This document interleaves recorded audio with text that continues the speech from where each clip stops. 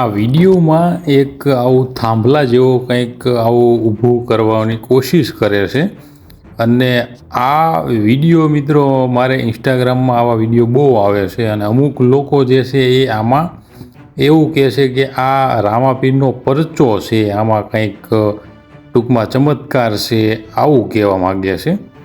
એટલે મને એમાં કાંઈ સમજાતું નથી કે ભાઈ આમાં પરચો શેનો, આમાં શું પરચો છે. એટલે પહેલાં હું તમને એક વિડીયો દેખાડું. હવે તમે એ વિડીયો જુઓ. પહેલાં એમાં ભાઈ એવું કહેવા માગે છે કે આ કંઈક પરચો છે. સાંભળો તમે પહેલાં.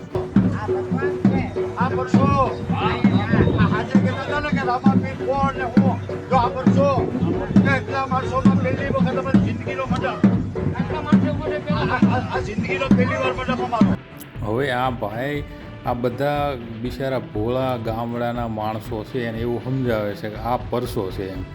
આ મંડપ, આ જે થાંભલો છે હાથે હાથે ઊભો થાય છે અને એ એક હોપારી ઉપર ઊભો રહે છે, એટલે આ એક પરસો કહેવાય એમ. એવું આ બધા ગરીબને આ ગામડાના ભોળા માણસો છે એને એવું સમજાવવામાં આવે છે.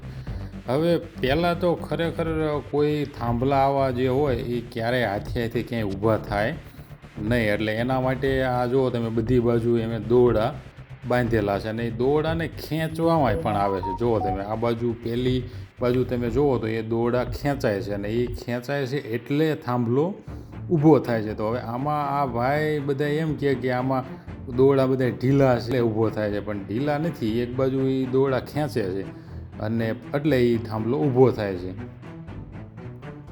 અને બીજું કે એમ હાથે હાથે જો આવા થાંભલા ઊભા કરી શકતા હોય ને એવું થતું હોય, એવા ચમત્કાર થતા હોય તો આ દુનિયામાં ઘણા બધા એવા કામો છે જે કરે તો એ સારું કહેવાય એમ. જેમ કે ભૂખમરી, બેરોજગારી, દેશમાં આટલી બધું ભ્રષ્ટાચાર, આવું બધું જે અન્યાય જે દેશમાં જોવા મળે છે, તો એમાં કંઈક આવું દેખાડે તો આપણે એમ માનીએ કે એ કંઈક ચમત્કાર કહેવાય. બાકી આવા દોરડા હાથે હાથે ઊભા થાય એવું તો ક્યાંય બને નહીં. જો દોરડા તો ખેંચાય એવું સ્પષ્ટ આમાં દેખાય જ છે કે એક બાજુના દોરડા જે છે એ ખેંચાય એટલે ઊભા થાય છે. અને બીજું કે જો દોરડા ખેંચ્યા વગર ઊભો થતો હોય સ્તંભ આવો, તો પછી દોરડા બાંધવાની જરૂર શું છે આમાં? દોરડા બંધાય જ નહીં આમાં, એમનામ જ ઊભો થવા દેવાય સ્તંભને. અને પછી એમ કહેવાય કે આ ચમત્કાર, તો આપણે બધા લોકો માનશે વધારે. તો હવે આમાં મારે આ ભાઈને એ કહેવાનું કે આવી ખોટી રીતે અંધશ્રદ્ધા ફેલાવો નહીં તમે, અને ક્યાંય આવા સ્તંભ જે છે હાથે હાથે ક્યાંય ઊભા ન થાય.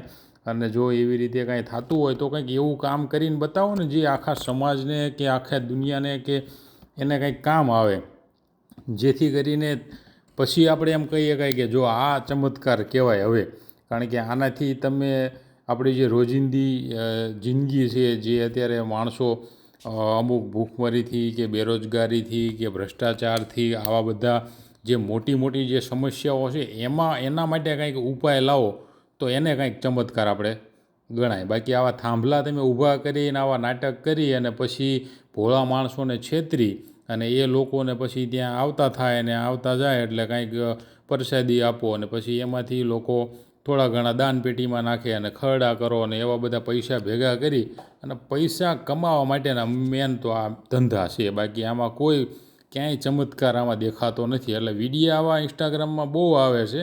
એટલે મને એમ થયું કે હવે આમાં આપણે શું કરી શકાય. તો હવે હું તમને આમાં મિત્રો એ જ જણાવવા માગું છું કે આવો કોઈ ચમત્કાર હોય તો એ આપણા માટે કોઈ ફાયદાકારક નથી. જો હાથે હાથે કદાચ થાંભલો ઊભો થતો હોય તો એનાથી બીજા કોઈને શું ફરક પડવાનો છે, તમને કે મને શું ફરક પડવાનો છે એ કહો.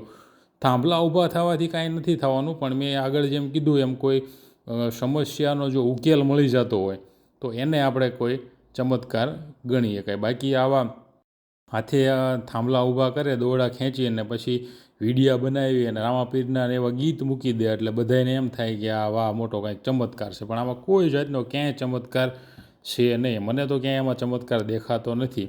તો હવે તમને પણ આગળ ક્યાંય આવો વિડીયો જોવા મળે તો તમે ધ્યાનથી જોજો.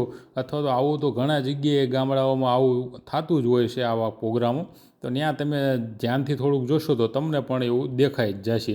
અને ઘણા લોકોને એવી ખબર પણ હોય છે કે આ કેવી રીતે ઊભો કરે, થાંભલો ખેંચવામાં આવે, પણ એમ છતાં પણ ખબર નહીં કેમ આંખ આડા કાન કરતા હોય છે અને અંધભક્ત બની અને બીજાના બધામાં સપોર્ટ શા માટે કરતા હોય છે ખબર નહીં.